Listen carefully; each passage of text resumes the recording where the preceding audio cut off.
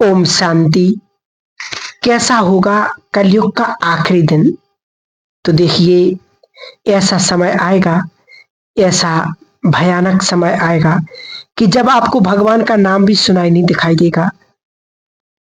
ये वो समय होगा जब इंसान भोजन के लिए मांस खाना शुरू कर देगा और उस समय लोगों की आयु बहुत कम रह जाएगी। यही वो श्रापित समय होगा जिसके घोर कलयुग कहा जाएगा। कलयुग को बाकी सभी युगों से बुरा माना जाता है, क्योंकि जिसके बारे में लोगों को सुनकर के रूह कांप जाती है। ये सिर्फ कोई सुनी सुनाई बातें नहीं है, इसका रहस्य सुनने और पढ़ने को भविष्य पुराण में मिलता है। इस पुराण के अनुसार कलयुग के आखिरी दिनों में एक महाप्रलय आएगी और उस समय धर्म कहीं भी दिखाई नहीं देगा और हर कदम पर सिर्फ अधर्म का ही राज होगा। ये वही समय होगा जब इंसान की उम्र धीरे धीरे कम होती जाएगी और कभी भी अचानक इंसान की कितनी भी उम्र में मृत्यु हो जाएगी, इसका भी कोई नियम नहीं रहेगा। इसका मतलब है कि कभी भी किसी भी की भी मृत्यु हो सकती, चाहे बच्चा हो, जवान हो या बुजुर्ग हो। और इतना ही नहीं, बच्चों के बाल सफेद 10 से 5 साल में ही होने लगे। आजकल तो हम सब देखते हैं और देखा भी हमने तो कि पाप बहुत बढ़ गया है। आज वो प्रैक्टिकल में देख रहे कि जो कुछ भी भविष्य पुराण में लिखा हुआ है, जो जो भी चीज चेतावनी दी गई हैं, वो परमपिता परमात्मा ने तो हमें सबसे पहले ही बता दिया है कि, लेकिन हमारे शास्त्रों में भी स्पष्ट लिखा हुआ है। उसके बावजूद भी यदि हम ना समझें तो लास्ट में पश्चाताप के शास्त्रों की स्पष्ट यही चेतावनी है, वो हम सबको स्पष्ट दिखाई दे रही है कि आज छोटे बच्चों के भी बाल सफेद होने लगे हैं, लोगों की उम्र कम होने लगी है, हो जाती है। अचानक कभी भी किसी की मृत्यु हो जाती है, किसी का कोई भरोसा नहीं है। और आज इंसान मांस खाने के लिए कितना आतुर हो चुका है। और भविष्य पुराण में एक ऐसा समय आएगा कि भाई भाई का दुश्मन बन जाएगा। तो आज हम सब देख रहे हैं कि भाई भाई का दुश्मन बन चुका है और पत्नियां अपने पति को छोड़कर चली जाएंगी।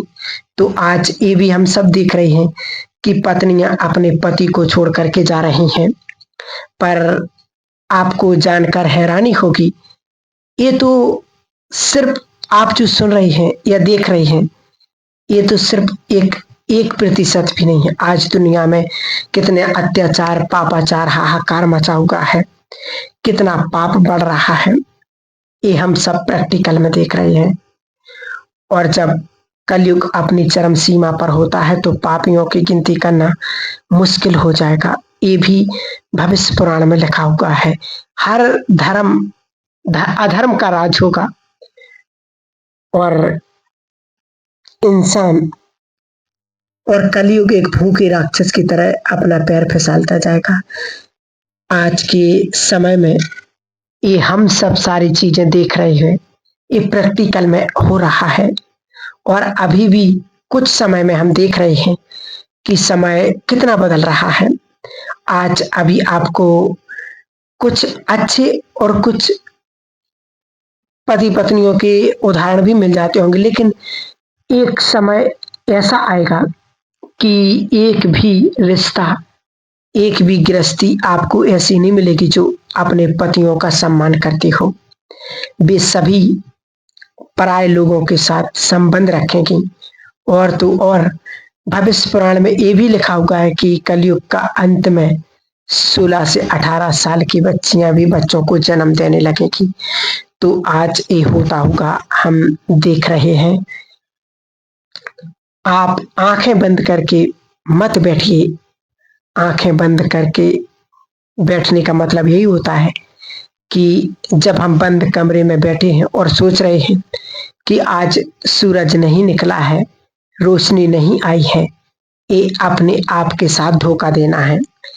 कल्पना करके देखिए कि आने वाला समय कितना और कैसा होगा।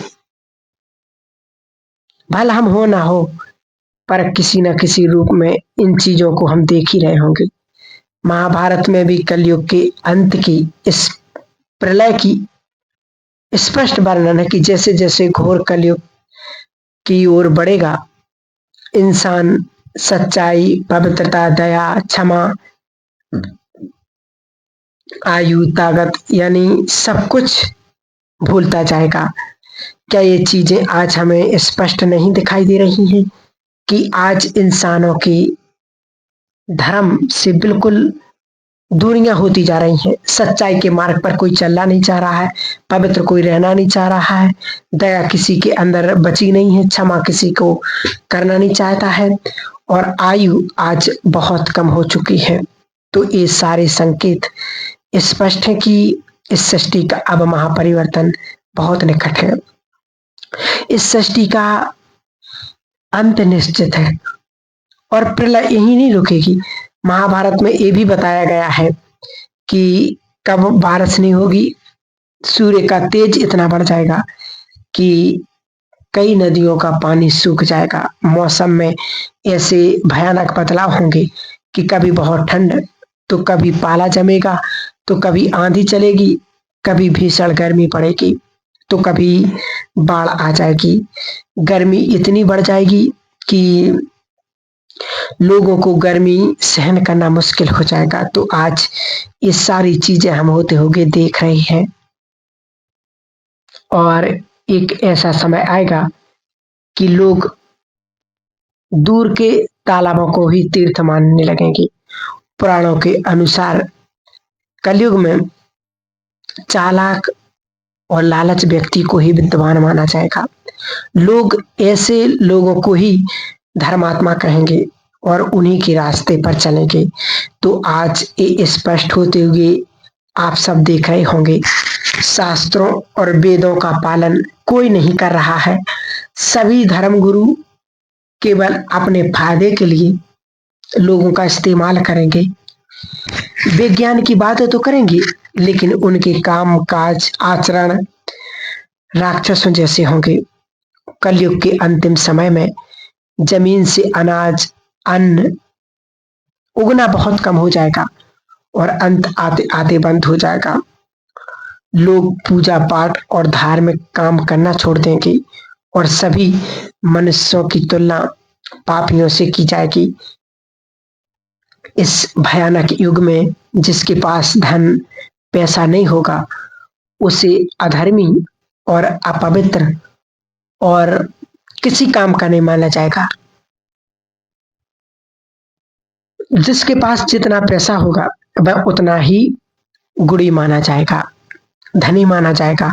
ये आज हम सब सारी चीजें प्रैक्टिकल में ये देख रहे हैं कि जिसके पास पैसा है वही न्याय करता है, उसी को लोग सम्मान देते हैं, और जिसके पास पैसा नहीं है, चाहे वो वास्तव में सत्य हो या कोई भी हो, उसकी आज के समय में कोई वैल्यू नहीं है।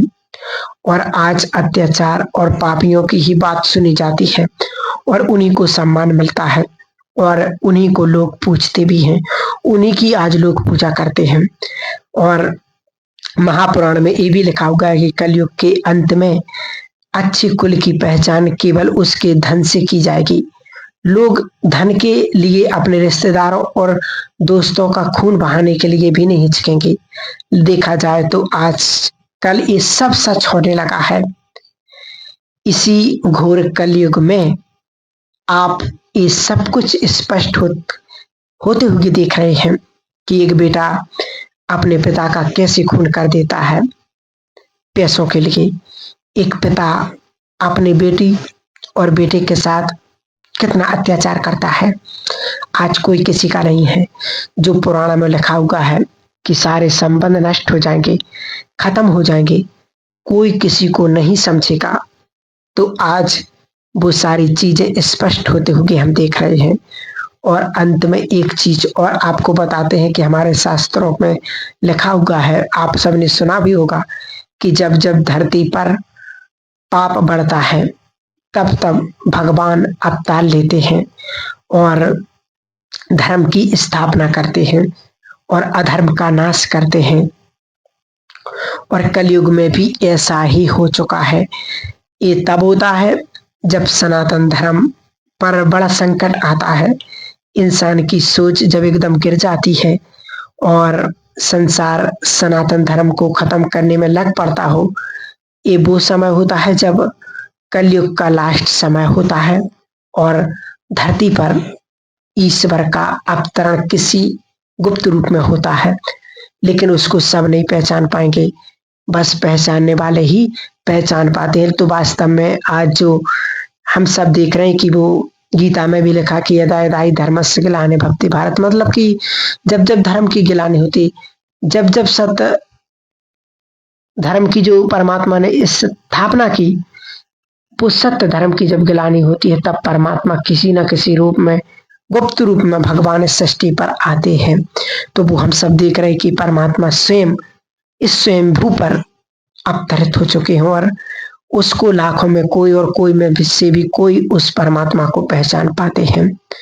तो सभी प्यारे भाइयों और बहनों, यही वो समय चल रहा है जो हमारे पुराणों में, शास्त्रों में स्वयं परमात्मा ने जो संकेत दिए हैं कलयुग अंत के, और ये आप सब बिल्कुल स्पष्ट होते हुए देख रहे हैं कि समय कैसा आ गया है और किस मोड़ पर आ गया है।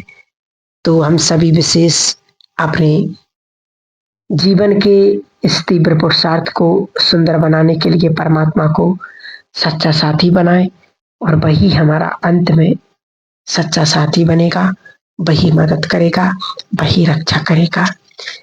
ठीक है, ओम शांति।